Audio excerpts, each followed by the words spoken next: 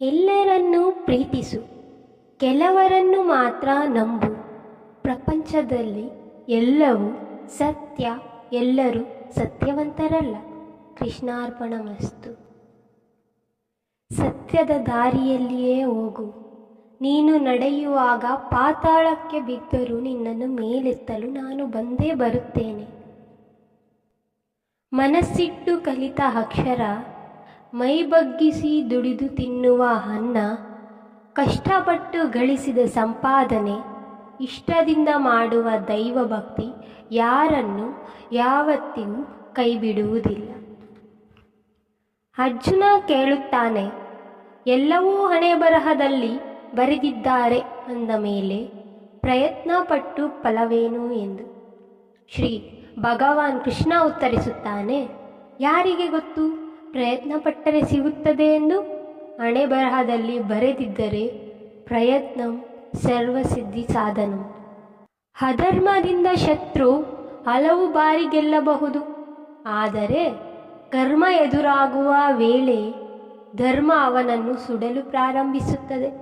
ಅವನ ನಿರ್ನಾಮ ತಪ್ಪಿಸಲು ಯಾರಿಂದಲೂ ಸಾಧ್ಯವಿಲ್ಲ. ಮನಸ್ಸಿಗೆ ಮದವೇರಿದಾಗ ಸ್ಮಶಾನದಲ್ಲಿ ತಿರುಗಾಡಿ ಬರಬೇಕಂತೆ. ಏಕೆಂದರೆ ಅಲ್ಲಿ ನಾನು ನನ್ನಿಂದಲೇ ಎಂದು ಹೇಳಿದ ಎಷ್ಟೋ ಜನ ಮಣ್ಣಾಗಿರುವರು. ನಮ್ಮನ್ನು ಭಾರವೆಂದುಕೊಂಡವರ ಜೊತೆ ಬಲವಂತವಾಗಿ ಬದುಕುವುದಕ್ಕಿಂತ ದೂರವಾಗಿ ನಿಂತು ಅರಸುವುದೇ ಒಳಿತು. ಸ್ನೇಹವೇ ಆಗಲಿ, ಸಂಬಂಧಗಳೇ ಆಗಲಿ, ಅವರಿಗದು ಉಸಿರು ಅನಿಸಬೇಕೇ ಹೊರತು ಉಸಿರುಗಟ್ಟಿಸುವಂತಾಗಬಾರದು. ನಮ್ಮ ಬದುಕೇ ಒಂದು ಹೋರಾಟ.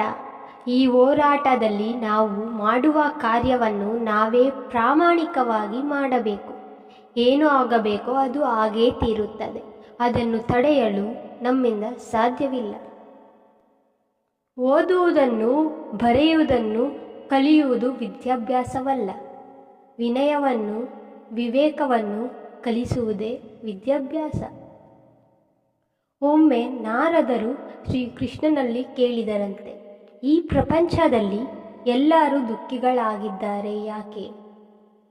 ಆಗ ಶ್ರೀಕೃಷ್ಣನು ಮುಗುಳ್ನಗುತ್ತಾ ಹೇಳಿದನಂತೆ, ಸುಖ ಎಲ್ಲರ ಬಳಿಯೂ ಇದೆ, ಆದರೆ ಎಲ್ಲರೂ ಇನ್ನೊಬ್ಬರ ಸಂತೋಷದಿಂದ ದುಃಖಿಗಳಾಗಿದ್ದಾರೆ ಅಷ್ಟೇ.